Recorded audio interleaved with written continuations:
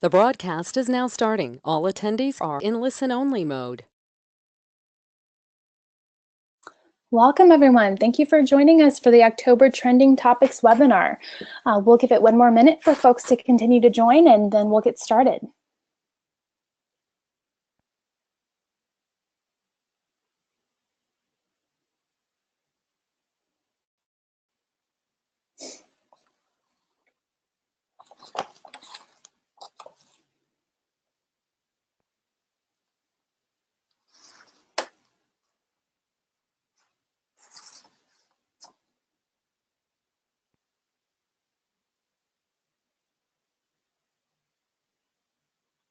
Welcome, everyone. Great to have you with us for the October National Farm to School Network Trending Topics webinar.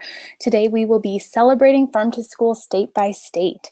My name is Lacey Stevens, and I'm the Farm to Early Care and Education Associate with the National Farm to School Network, and I'll be facilitating today's webinar. As we get started, a couple of housekeeping reminders for you. This webinar will be recorded and archived for future viewing in the National Farm to School Network resource database. You'll also be receiving a follow-up email with the link to access that recording, and also links to any resources mentioned by our speakers today. All attendees are in listen-only mode, so we do encourage you certainly to ask questions of our panelists and our speakers today. You can ask those questions in the question box on your control panel, and we'll have a lot of time for question and answers at the end of the session today. So as those questions come up, please do enter those questions into the question box on your control panel. As a reminder, we do have trending topics webinars every month, the first Thursday of every month. These webinars are open to the public and aimed at highlighting trends, best practices, and stories of farm to school and farm to ECE from our partners across the country. So please mark your calendars for the first Thursday of every month and join us here on the NFSN Trending Topics webinars. So today we've got a great lineup and a great way to celebrate October, which is National Farm to School Month.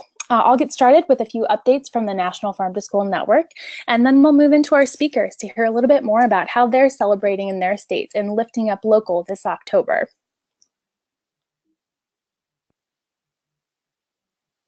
Our webinar today is generously sponsored by CoBank, so a very big thank you for our sponsorship. So keep in mind today, as we're talking about farm to school, we're talking about activities that support the connection that communities have with fresh, healthy food and local food producers, and all the ways to engage children in learning about food, agriculture, and nutrition. While there's no one defined farm to school program, they almost always include one of these core elements of education, procurement, and school gardens. And collectively, these farm to school activities empower children and their families to make informed food choices while strengthening the local economy and contributing to vibrant communities. For those of you who may be new to the National Farm to School Network, we are an information, advocacy, and networking hub for communities working to bring local food sourcing, school gardens, and food and agriculture and nutrition education into schools and early care and education settings. You can see from this visual, we really are built on this network model. We're a network of organizations and individuals from across the country who are working towards advancing farm to school and early care and education. And we're thrilled to have speakers today who include 5 of our core partners from across the country.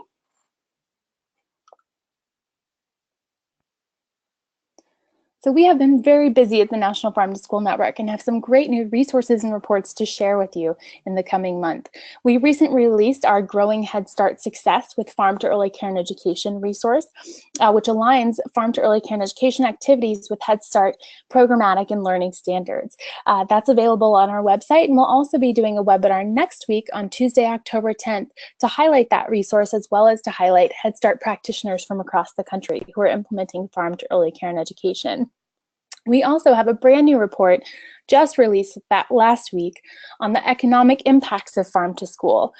This is a really valuable new resource that includes both case studies and tools for conducting economic assessments for farm to school programs and better understanding those economic impacts of local procurement.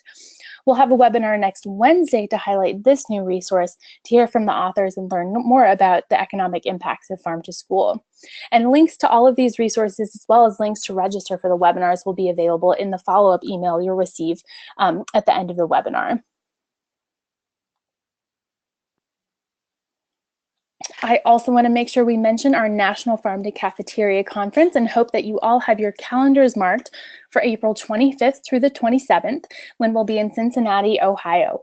We are now accepting workshop and poster proposals. You can go to farmtoschool.org/conference to submit your proposals for presentations and posters at that National Farm to Cafeteria Conference. So now let's dig into National Farm to School Month, our most exciting time of the year around here. October is our favorite month of the year, for sure. It is designated by Congress in 2010 as National Farm to School Month and is a time to celebrate the connections that are happening all over the country between children and local food. It's also a great time to introduce people to farm to school for the first time, or to expand the farm to school work happening in your state and community. The great thing about National Farm to School Month is that everyone, from students and teachers to food service workers, farmers to policymakers and community members, can get involved and find a way to celebrate. We'll be hearing from our presenters today about the many ways that they're engaging diverse partners in their states. Our 2017 National Farm to School Month campaign aims to inspire, inform, and encourage action from everyone around farm to school in their community and at the national level. So we'll be sharing plenty of blogs and stories of success from farm to school and early care and education innovation and new ideas and best practices on our blog. We'll be encouraging folks to learn more about the movement with webinars, tweet chats, and lots of social media activity. So hopefully you all are tapped into our social media and networks to keep tabs on that activity. We also want to know what you're doing this Farm to School Month. We do have a Take Action Pledge where you can tell us what you are pledging to take action on this Farm to School Month. When you tell us your pledge and tell us what you'll be doing this month, you'll also be entered into our sweepstakes to win a Project Learning Garden Kit from the Captain Planet Foundation. So for all of these activities and all of these resources, you can go to farmtoschool.org/month and access all of these resources, tell us what you're doing, and tap into activities from around the state. We have a fantastic new calendar where you can look and see all of these different farm to school activities happening state by state, including the ones that we'll be hearing from our presenters today. And it's also not too late to become an outreach partner organization. This will ensure that you get all the resources and information you need to share out and celebrate National Farm to School Month through your networks. So check out farmtoschool.org/month for more information and resources. These are just a few examples of the many ways that people are pledging to take action this month. From introducing local foods to administrators to cooking with kids, everyone has an opportunity to make a difference in farm to school. This is a great time to engage your legislators and policymakers, get to know farmers, and help farmers take action Farm to School Month this year as well. Community members can engage in exciting events, and you can build a network and your repertoire on Farm to School. So we are thrilled today to have 5 presenters from 4 states that are here to share with us how their state is celebrating National Farm to School Month. First, we'll hear from Aubrey Roth from Montana. Aubrey has worked with Montana Teen Nutrition Program since 2010, supporting Montana Farm to School projects. Aubrey is the Montana Farm to School Coordinator and serves as a Montana Core Partner for the National Farm to School Network. She's a graduate of the Sustainable Food Systems Master Program at Montana State University. Aubrey provides training and guidance for farm to school initiatives statewide. She lives in Bozeman, Montana with her husband, 2 rambunctious dogs, and a flock of backyard hens. Beth Feehan is the Farm to School Coordinator for the New Jersey Department of Agriculture. She's the former director and co-founder of the New Jersey Farm to School Network and co-founder of the West Windsor Community Farmers Market in Central New Jersey, which is open for its 14th year in 2017. Beth is a graduate of the French Culinary Institute and holds an undergraduate degree from Rutgers University School of Journalism and Media Studies. She helped to found Trenton's Greenwoods Avenue Farmers Market in 2015 and continues to volunteer there to connect urban agriculture and traditional farmers with the communities in need of healthy food alternatives. Joining Beth will be Chris Serkis. Chris is the Assistant Farm to School Program Coordinator in the New Jersey Department of Agriculture's Food and Nutrition Division. Outside her role at the department, Chris manages the West Windsor Community Farmers Market, an award-winning Central New Jersey market. She's also created a cooking program for a private preschool, teaching our youngest eaters to be confident in the kitchen and the garden. This common theme of promoting fruits and vegetables across New Jersey has carried through all her life experiences and passions to form a uniquely gratifying combination of hands-on and behind-the-scenes work. Then we'll move south and we'll hear from Sunny Young Baker. Sunny Young Baker is co-director of the Mississippi Farm to School Network and director of EduFood Consulting, a school food consulting firm. She's worked on school food reform since 2009 when she began apprenticing under Chef Ann Cooper. In 2012, Sunny moved to Mississippi to lead the Oxford School District and starting the first school food reform of its kind in Mississippi, a farm-to-school project called Good Food for Oxford Schools. In 2014, the program was awarded the TEDx Manhattan Challenge, and Sunny took to the TED stage to present Good Food Can Change Everything. Building on successes in Oxford, Sunny was named core partner to the National Farm to School Network and is now working on creating widespread change through Mississippi through the creation of the Mississippi Farm to School Network. And finally, we'll hear from Emily Jackson. In 2002, Emily Jackson founded the Growing Minds Farm to School program of ASAP, the Appalachian Sustainable Agriculture Project. In Western North Carolina and the Southern Appalachians, Emily and the Growing Minds team provide farm-to-school support and resources to preschools and K-12 systems, and she co-facilitates the North Carolina Farm to Preschool Network. Emily is a former K-6 teacher and lives in a farm in beautiful Marshall, North Carolina, with her husband, 6 chickens, and 2 dogs. She loves to garden, cook, and is particularly gaga for children's literature. We're so pleased to have these presenters with us today, and I'll turn it over to Aubrey to get us started. Hello, everyone. Thank you, Lacey and the National Farm to School Network for inviting me to share about Montana Crunch Time today. Next. I am Aubrey Roth. I'm the Montana Farm to School Coordinator and the Montana Core Partner with National Farm to School Network, as Lacey said. I'm delighted to have helped start and now coordinate Montana Crunch Time. Next. Montana Crunch Time is a statewide event to celebrate National Food Day and National Farm to School Month in Montana. On October 24th at 2 p.m., we encourage all Montanans, wherever they are, school, work, home, or play, to crunch into a locally or regionally grown apple. If October 24th falls on a weekend for that year, we change the date so schools can participate during the weekdays. Montana Crunch Time started in 2013 when 2 guys from the Missoula County Public School District approached me with an idea for a fruit and veggie flash mob to celebrate Farm to School Month. With that idea in mind and great models like the Big Apple Crunch in New York, a handful of partners began planning the first Crunch Time.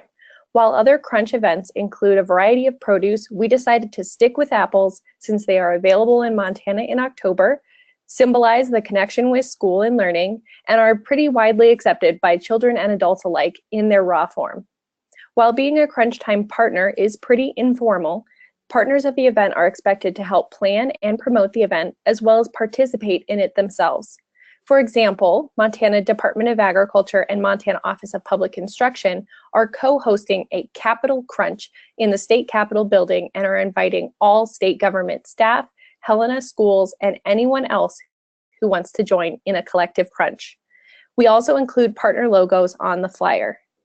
The event was originally promoted to K-12 schools, but it was immediately apparent that it would be an excellent way to involve a larger audience. While schools and early care and education facilities are still the main focus, now we promote the event to all Montanans, wherever they are. We have had government agencies, retirement communities, colleges, hospitals, and individuals participate. One of my favorite Crunch Time photos was of a colleague who crunched during a meeting, taking her selfie behind her briefcase. Next. We ask that crunch goers register their crunch events, even if they are crunching solo. This is really the only way we have to track how many participate in the event. Crunchers have to register to access the Montana Crunch Time Guide and other resources. This system provides incentive to actually register. Our participation numbers appeared to dip significantly last year, but it was probably more that we made the resources available without having to register. One year we had almost 40,000 children and adults registered to Crunch, and that was a year that we required the registration to obtain the resources. Next. We do provide a multitude of resources for Crunchers, including the Montana Crunch Time Guide. The resources include apple sourcing information, recommendations for planning an event in a school, early care, and education setting, and as a community event, activity suggestions, links to videos, and an Apple fun sheet for kids, promotion materials including flyers, logos, images, press release, and suggested social media posts, and recipes so that the Apple enjoyment can go beyond the crunch. Next. While we provide various resources and suggestions, as I mentioned before, it is still up to the schools, other sites, or individuals to source their own apples and plan their events to fit their needs and their abilities. Schools and early care and education settings might crunch in an assembly format or in individual classrooms, which you can see in these pictures. Schools have used their announcement system to count down until crunch time and provide apple facts. Some parents or community partners spearhead the effort in the school and bring in volunteers to help pass out apples and speak with students. One tip we have received from schools and early care and education providers is to buy the schoolboy or small apples, which are cheaper and avoid waste you might get by giving younger children big apples to eat. Sites have also cut up apples and or served applesauce or cider for participants who weren't able for a full-on crunch experience. Next. Both schools and early care and education facilities often do other activities to accompany the crunch, like apple art projects.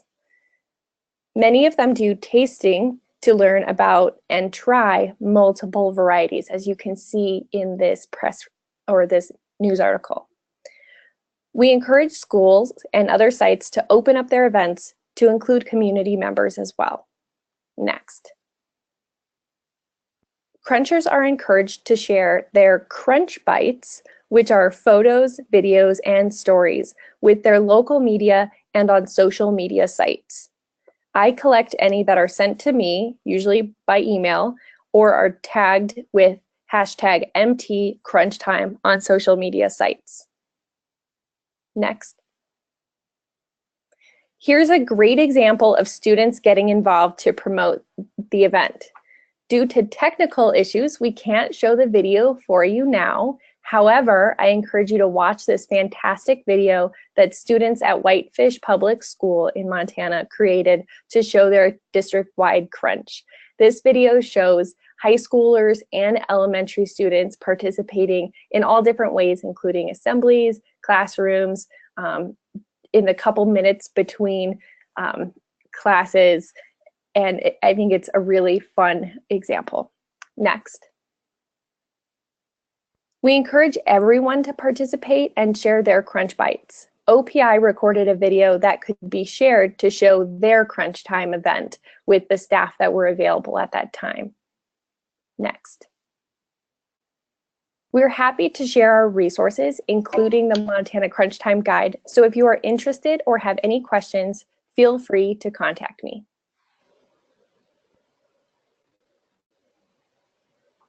Fantastic. Thank you, Aubrey. Great to hear about what's happening in Montana. I'm looking forward to participating in Crunch Time this year. Next, we're going to be hearing from Chris and Beth from New Jersey. I'll turn it over to Chris and Beth. Okay, thank you very much, Lacey. Hi, everyone. We are sitting here in the Department of Agriculture in Trenton, New Jersey, and just want to say hello to everybody who's in different parts of the country, and happy National Farm to School Month. You can go to slide 2, please, Lacey. Chris and I are going to bounce off each other one slide apiece, so you're going to hear our voices change. It's not ventriloquism, really. So in addition to the New Jersey Department of Agriculture's main website, we have our own website housed here, which is our home. So we link and support all of the child nutrition programs that the state administers. For anyone that wouldn't know, New Jersey is one of the 4 states that houses, that the Department of Agriculture houses the child nutrition program, summer meals, CACFP, emergency feeding, food distribution, and such. So it's an interesting take, especially because we have a nice connection to our farmers. The bottom banner you'll see on our website are all of our resources that we've created for schools, farmers, growers, and such. So you can go to the next slide. We're going to go into the website in a second to show you some of these resources. The ones on the right are our seasonality cards that link directly to our seasonality chart. Lacey, if you wouldn't mind going into the website. So this is our website, and to start out, if you go down to the Jersey Taste link, right there, click that banner. And scroll down. Now this is basically our second month with what is, basically a harvest of the month celebration. We started out last month with tomatoes, and click the October, go into the October link for apples. And this is a 2-sided document, if you wouldn't mind scrolling down.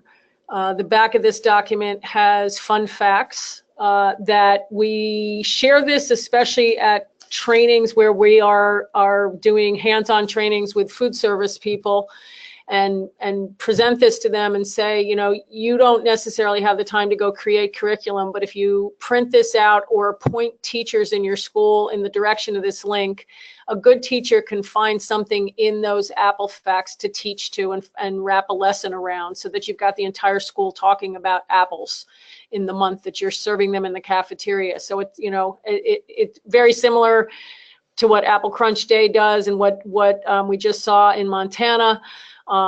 Each state, we all kind of cut and paste from each other and spin it with our own crops and our own aesthetic and our own graphics. But I think basically we're really starting to get wise to how this can be done. And it's the more resources that are available online for people that are easy to use and don't cost a fortune, the more folks are willing to do this in the cafeteria and connect it to the classroom. If you can go back to the seasonality chart. And if you see this, when you open the seasonality chart on our homepage and you click apples again, that's how we've made these downloadable. So you can get to the seasonality chart from our homepage, and then in our seasonality chart, we've made each of these pages live. I think that's it. And I want to give a shout out to our fresh fruit and veg coordinator in New Jersey, a woman named Janet Seeley. She has a 300-page document with all of these items on it. And when we were thinking of doing this, we used that document as a resource to cull all this information, because going from scratch to create all of these documents, she's put years of work into making this long document. But to find something that's, say, in P, like pears, in this document, you've got to scroll all the way down to find it because it's alphabetical. So this is why we separated each item out into the seasonality chart, so it was a downloadable two-sided document. All right, you can go to the next slide, Lacey. Thank you so much.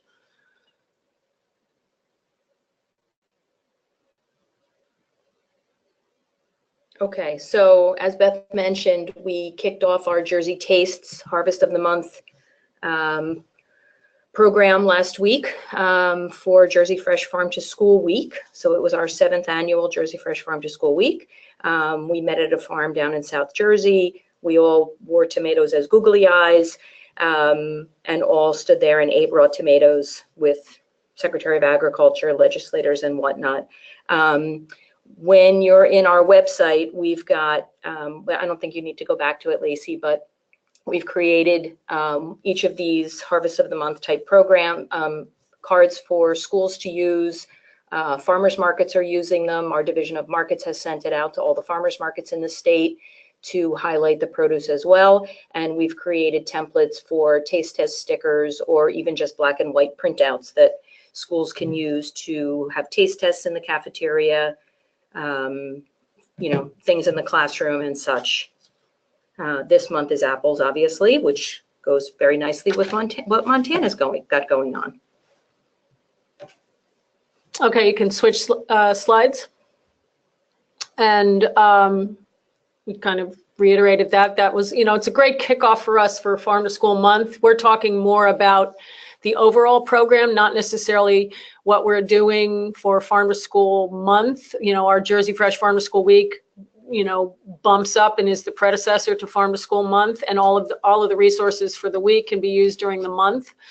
And if you go to the next slide, one of the things we wanted to mention about our Farm to School Month celebration is that in 2014 we had 5 bills signed into law. One that would create a tax checkoff that for charitable donations to fund farm to school mini grants. We're launching those mini grants this year with about $10,000 that was brought in from that and a donor program. The Secretary of Agriculture was given the permission through one of those pieces of legislation to go out to private foundations and businesses to raise money for farm to school. So we raised about $12,000 last year. We're going to be granting salad bar, school garden, and farm field trip grants this coming year. And I just want to give a shout out to former Congressman Rush Holt, who was a New Jersey congressman back in the day, who was responsible for creating the legislation to start Farm to School Month in October years ago. I guess it was about 7 years ago. So he's no longer in office, but we always want to give him a shout out and thank him for the place where we're at today. Okay, so last slide is just contact information for us, and thank you for having us on with our other presenters and folks around the country. Thank you, Beth and Chris. Great to hear what's happening in New Jersey, and certainly thank you for that special shout out for legislators getting Farm to School Month started. All right, I'm going to turn it over to Sunny. Hey, thanks for having me, and I'm excited to talk about what we're doing. We are right in the midst right now of Farm to School Challenge Week. So there's a ton going on, lots of buzz. It's an exciting time to be in Mississippi. Next slide. Mississippi Farm to School Week is actually in our legislation. In 2012, we designated the first week of October Mississippi Farm to School Week, which was really exciting, and launched a lot of great partnerships among different agencies in Mississippi State Departments. So Department of Agriculture and Education have partnered every year since 2012 to host an event in a school, or actually a couple of schools across the state, highlighting local food. And on this week, it was Tuesday in Jackson, Mississippi, and they invite the Commissioner of Ag and the governor, and we even had the USDA Farm to School team here, Aaron and Samantha, so that was really exciting. But we were noticing as Mississippi Farm to School Network that a lot of the schools were getting local foods that week through Mississippi DOD, and a lot of schools were wanting to celebrate, you know, outside of these big events that the state departments were doing. And so, next slide, we launched a challenge to schools across the state, Mississippi Farm to School Network. So we wanted to get as many participants as possible, and we also wanted to make sure that schools had the resources that they needed to help celebrate. So the challenge details went out to school districts across the state. They could do the procurement challenge, which meant that they got a local food directly from a farmer. So we do have a great Mississippi grown DOD fresh program in Mississippi, But this challenge was specifically to work with local farmers directly. They had to feature it on the menu and invite a farmer to come in and eat with the students. We had a garden challenge. We have a ton of school gardens in Mississippi, and school gardens are growing at a crazy rate right now. So we wanted our schools to be challenged to incorporate the school gardens into a cooking demonstration, so that the kids got to eat what they were growing. So even if nothing was ready to harvest, as long as they, tied that cooking piece in and the students were eating something, they could participate in the garden challenge. And then we had the ultimate supreme challenge where school districts could take part of both, and they got an even bigger package. So next slide. They had to all sign up by the end of August. We did this for the first time last year. We had 10,000 student participants, and this year we had 30,000 kids represented from all across the state. And this is one of our stellar food service directors, Jenny Hill from Starkville, Mississippi, talking to her kids about I have actually no idea what that is she's holding, but if someone wants to say in the questions or chat that they know, then I'll send you some stickers.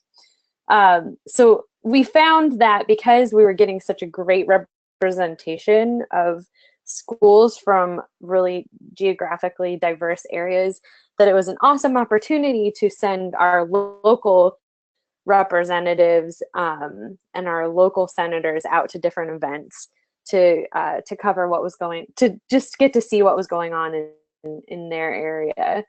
As well as, media. The more we can grow interest in farm to school, the more we can get communities and parents and youth excited about it, the more our program will grow. So we were finding that our challenge was a great opportunity to really get out around the state in a pretty easy way.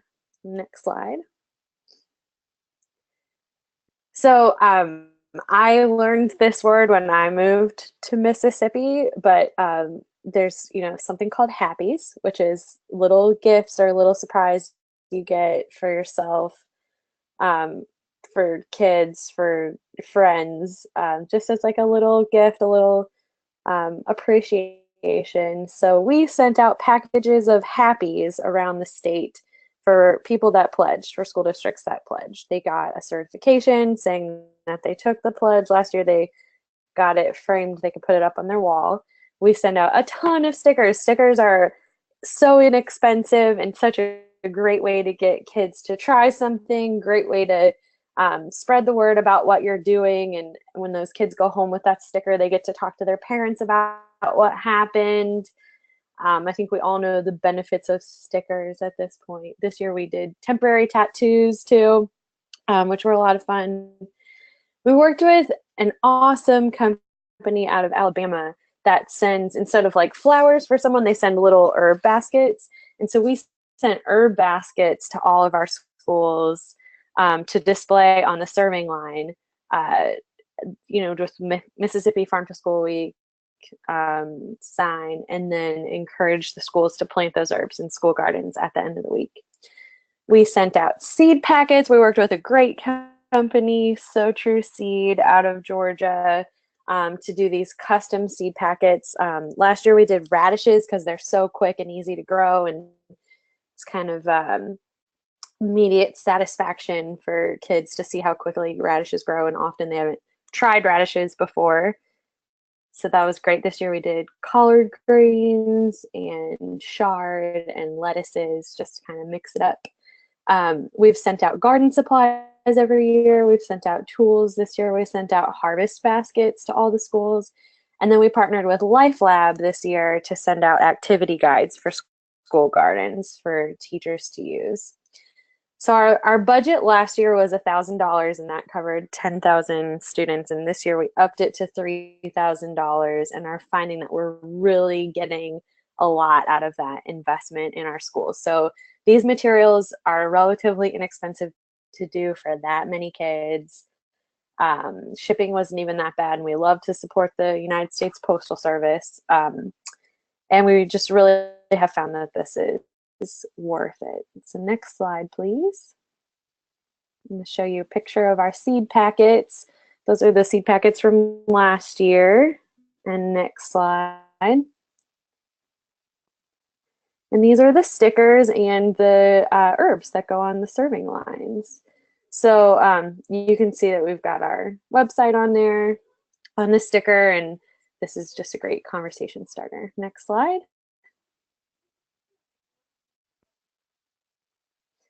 We also are very diligent about partnering with as many groups as possible. So of course we want to really engage the school districts to run their own events. And then we have been working with Department of Education and Department of Agriculture to have fun with them too on the schools that they designate as their big celebration areas. This was in Pascagoula on the coast last year in their celebration.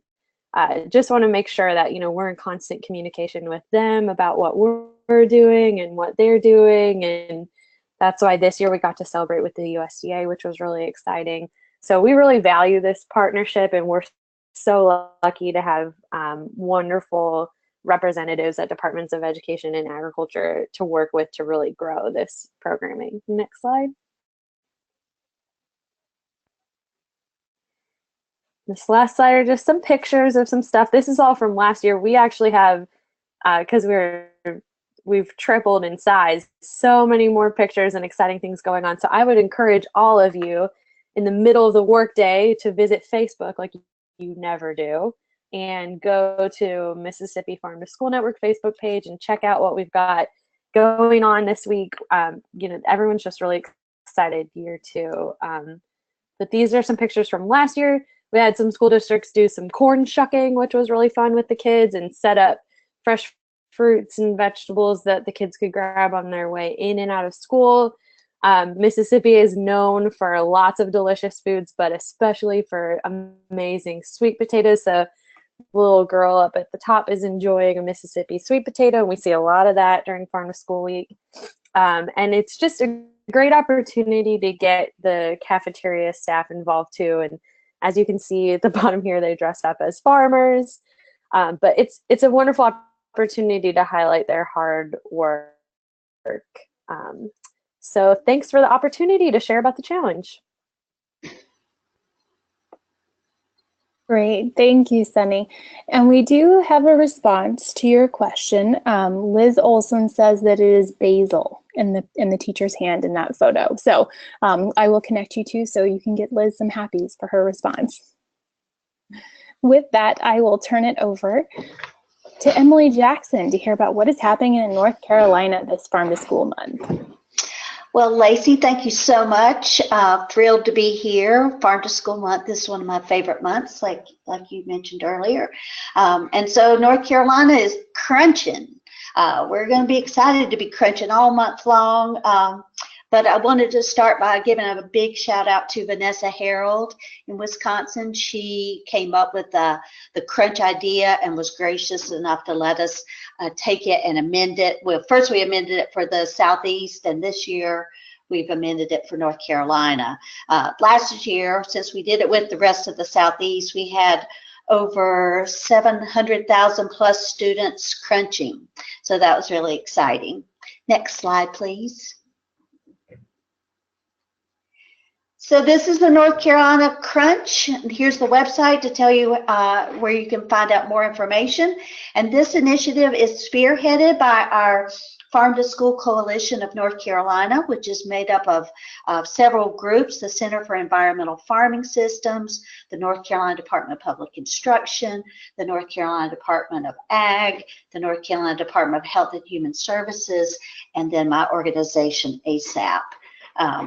So we are wondering how many kids we can get crunching this month out of our roughly 1.4 million students. And of course, that doesn't even include early childhood folks. So hopefully we're going to break a record or start with a very large number this year. I'm very excited. Next slide, please.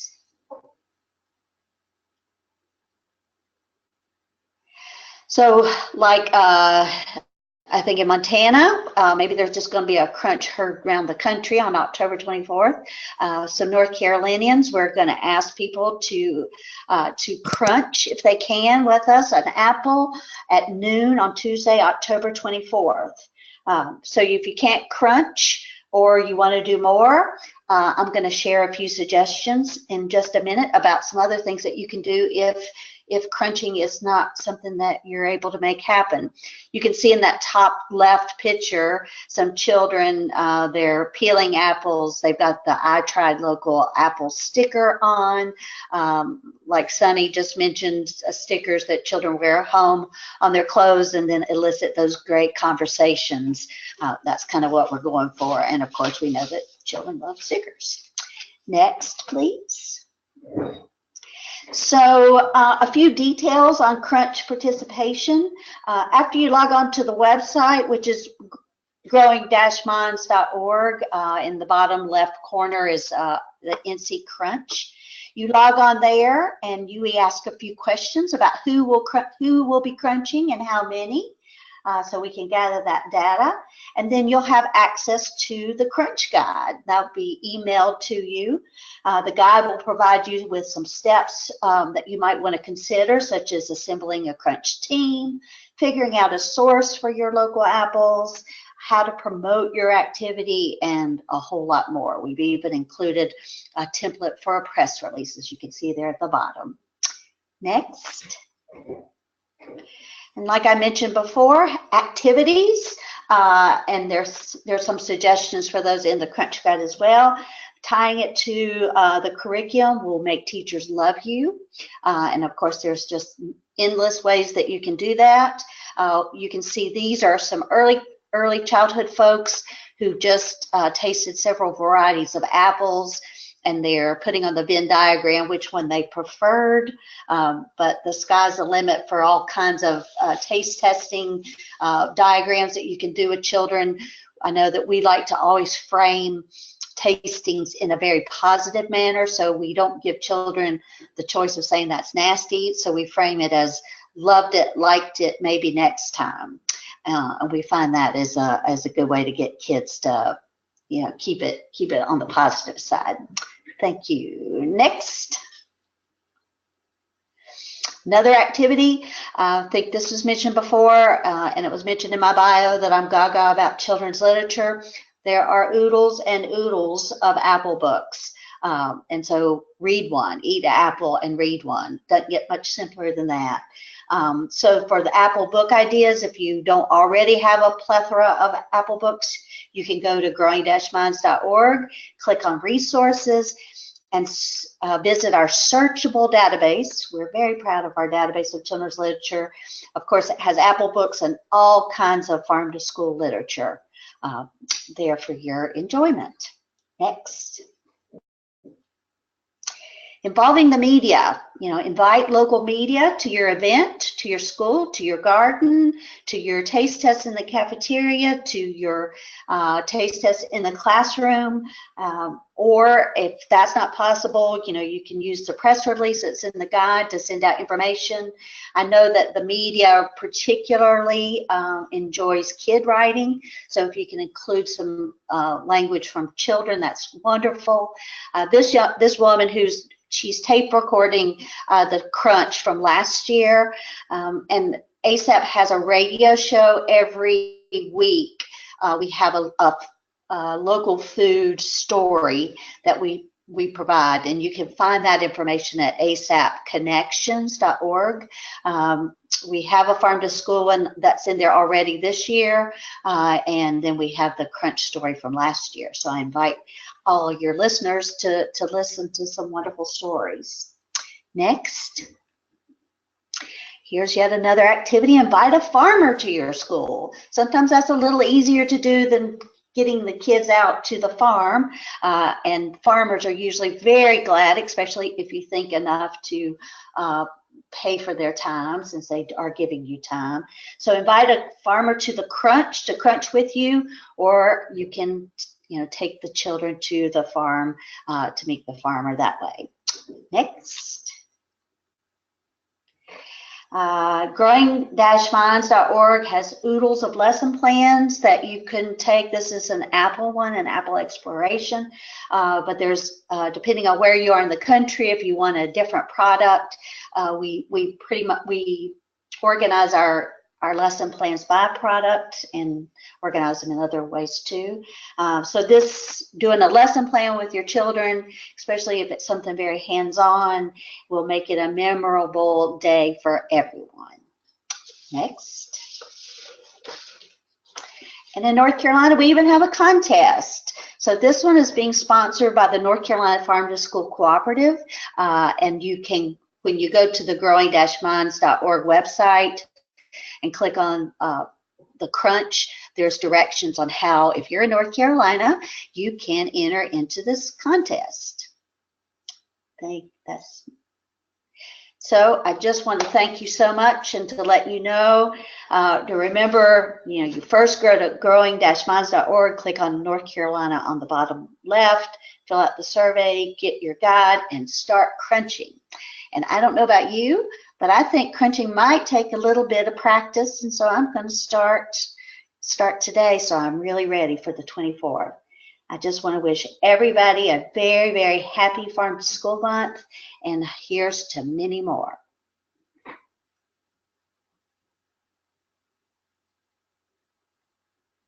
Wonderful. Thank you so much, Emily. Great to hear the action in North Carolina. And Emily mentioned a number of really great resources that ASAP offers that we'll be sure to link in the follow-up email. So keep an eye out for those resources.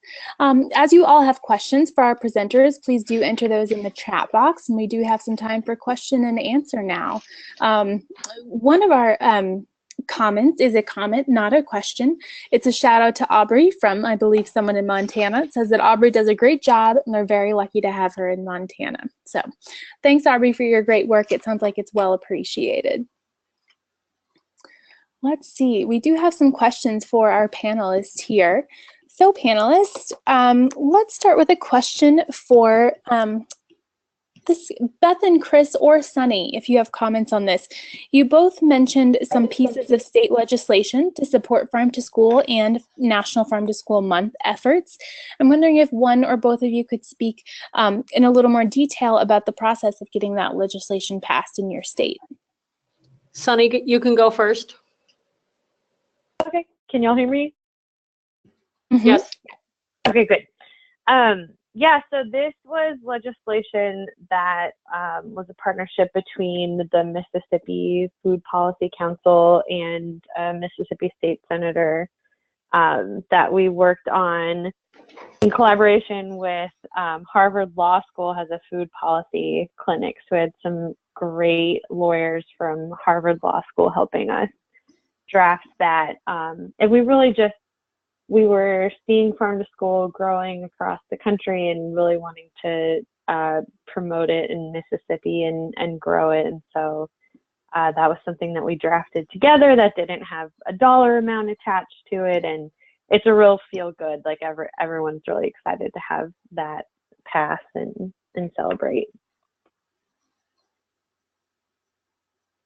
And in New Jersey, the effort started through legislators, state legislators, and we actually really didn't have anything to do with it. We're, as a state agency, not allowed to advocate for legislation, and all of a sudden it appeared and it was passed and it was unanimous, and that was great, but we can't take any credit for it aside from the fact of, putting Farm to School out there as something that people can get behind from, the community and the farming community and from within schools, but we didn't have anything to do with the process. We were just happy about the outcome.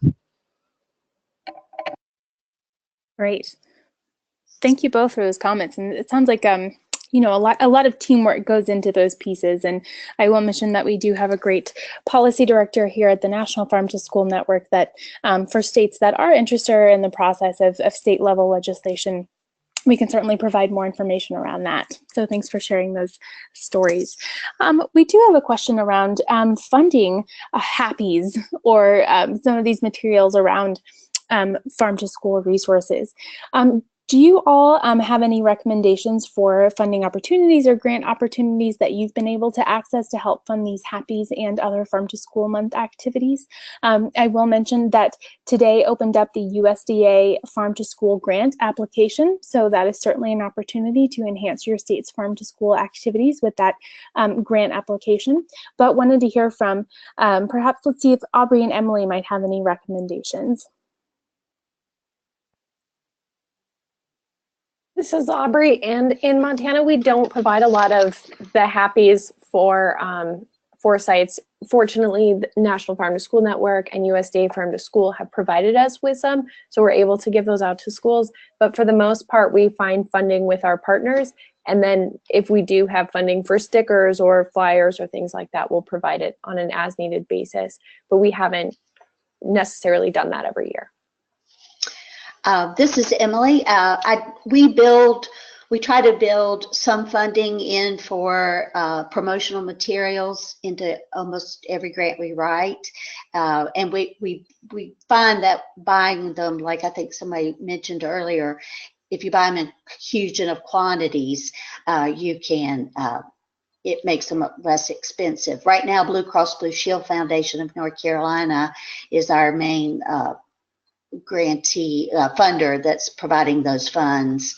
But we also, we provide them for free as class sets. So any preschool or K-12 school can get them free for a class. If they want more than that, then we do sell them. And of course, we get them at such a reduced cost, we can pass that savings on to them.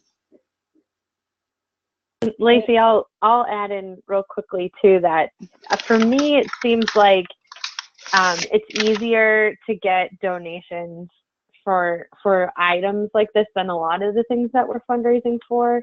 And then also, before I buy anything, I call the company and ask for discounts because of the work that we're doing, and we're nonprofit. And I think almost all of those items were like majorly discounted for us this year. But we're really fortunate to have W.K. Kellogg Foundation funding. And like Emily mentioned, like we write in for Happies for stuff like this every time we apply for almost any grant. But yeah, asking for discounts and buying in bulk. And I'm happy to share the actual places where we're buying these things from with anyone that would like to know too. And I just say again, we have the stickers based on our lesson plans, and that's why we kind of want to continue having them, because the stickers go with lesson plans that also go with recipe cards. So we want to keep those all because we like having those things for children to see this in different contexts.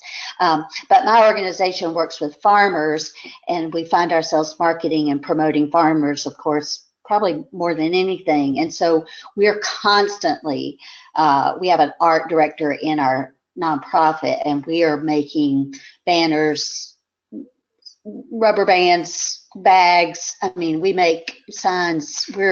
We crank out material. So our local companies really like us because we give them a whole lot of business.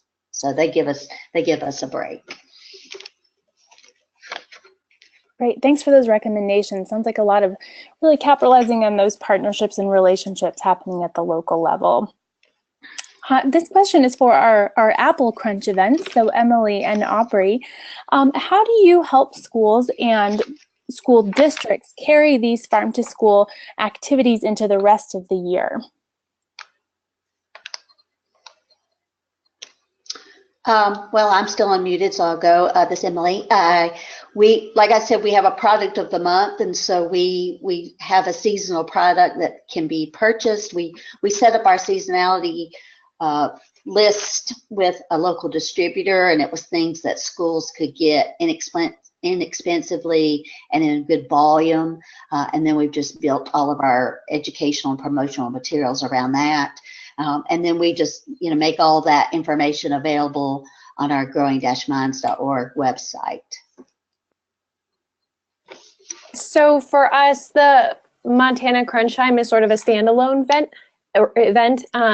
However, we do have the Montana Harvest of the Month program, And so we encourage people to sign up for that. But we feel like Montana Crunch Time is a really good entry point for people, or it's just an easy way for them to celebrate National Farm to School Month if they haven't found anything else. So we hope that they'll make connections, and we do link them with maps of producers for Crunch Time that could be used for other products as well.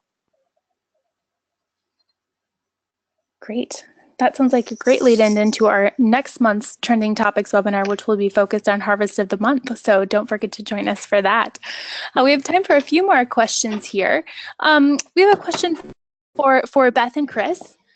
How do you get the word out to schools about your new resources and about the resources available at the Department of Ag? And how do you get schools to engage in the national or in the Farm to School Week activities? Well, the Food Nutrition Division houses the school nutrition program and has a online communication system, ironically called SNEARS, SNEARS, which is not a nice term, but that's the acronym for it. And that is where all the reimbursement information for schools is housed. So that's how we get information out through food service. We've developed a relationship with the New Jersey Education Association and the New Jersey School Board Association to put information out through their listservs. The Department of Health will share our information. And then we try through social media, but I have to say that it's really hard. We don't feel like we get a lot of, it's the same 6 people that like our social media. So I would say that that's where we're lacking. But any listserv that is pertinent to us, we communicate through the Farm Bureau and the Department of Agriculture and the Vegetable Growers Association if the information is for farmers or the ag community. So any listserv we can get our hands on. Great. Thanks, Beth. Great recommendations. So I have one last question that I'd love to hear a response from each of our panelists. For those partners and those schools that are really just getting started and want to find a way to get started with celebrating Farm to School Month, what's your one biggest recommendation for getting started? So let's start with Aubrey. I would say for those brand new ones, Montana Crunch Time is a really easy thing for them to do, or to see what they're already doing and maybe do a celebration along those lines to show off what they're maybe starting and maybe bring in parents. But Crunch Time, very simple, and then they can build up from there. Great. Beth and Chris, your recommendation? Well, I think we created this Jersey Taste Harvest of the Month for the same reason, because it provides one item in a month that a school can, put their thought and budget around, and they don't have to make a commitment to every day be serving something local. They can try something without it breaking their budget, and they have the resources there to make it easy to do it. And I think in many schools, once they do it once or twice, they realize how to do it, and they realize what vendors have product and where to get product from local farms, and then they might expand into a farm field trip or having a farmer visit. So it's kind of like the dip your toe in it once a month opportunity. Great. Sunny, how about you? Recommendations for getting started? I agree with what Beth said. I think it's that Farm to School Month in general, or if your state has a Farm to School state, is a great time to just challenge yourself and give something a try, either in the gardens or in the classrooms, in the cafeteria. Just, do one aspect of Farm to School and make it really big and exciting, and bring media attention, get parents involved, focus your energy and your effort on really getting excited and feeling good about eating delicious local foods and learning how to grow your own. And I think that enthusiasm and that feel good will make you want to do it again. So just focusing on that one time, that one day, making it great will encourage you to try it over and over again. Great. Thanks, Sunny. And how about you, Emily? I guess I would just encourage people to, if they're new to it, especially just to bite off something very doable and do something that, they can feel good about and that's, relatively easy for them. Hopefully not a lot of costs associated with it. Just do one thing, and that could be, you're just crunching out in the garden with your class. And you're inviting the parents. And then next year, maybe you expand to trying to get your whole school to do it. So I just say, find one place where you can start and do something. And of course, it helps to let people know as much as you can and then you get that good feedback and you feel good and your school feels good and your children feel good. So yeah, just starting small. That's wonderful. And for those of you looking for all these different ways to start small, and as our panelists noted, even if your state doesn't have an organized event, every teacher, every student, every school has the opportunity to participate in National Farm to School Month. And we encourage you to take a look at farmtoschool.org to find many different ways, resources, tools, and opportunities to get involved. So I want to send a big thank you to our panelists and wish everyone a very happy National Farm to School Month and hope you continue to celebrate through October. Thanks for joining us.